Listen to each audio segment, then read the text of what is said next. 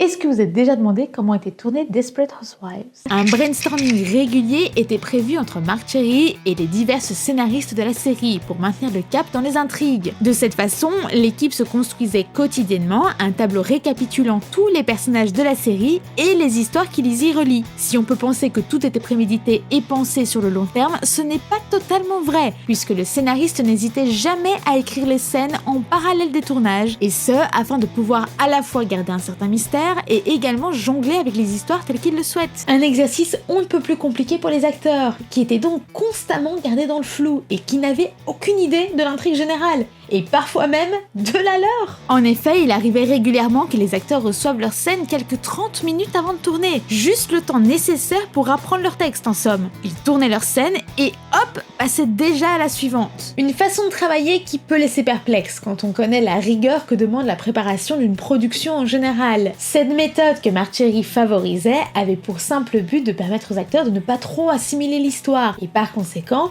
de rester le plus naturel possible dans leur jeu et donc dans leur réaction. Une méthode qui leur a valu parfois d'écrire la scène juste avant de la tourner.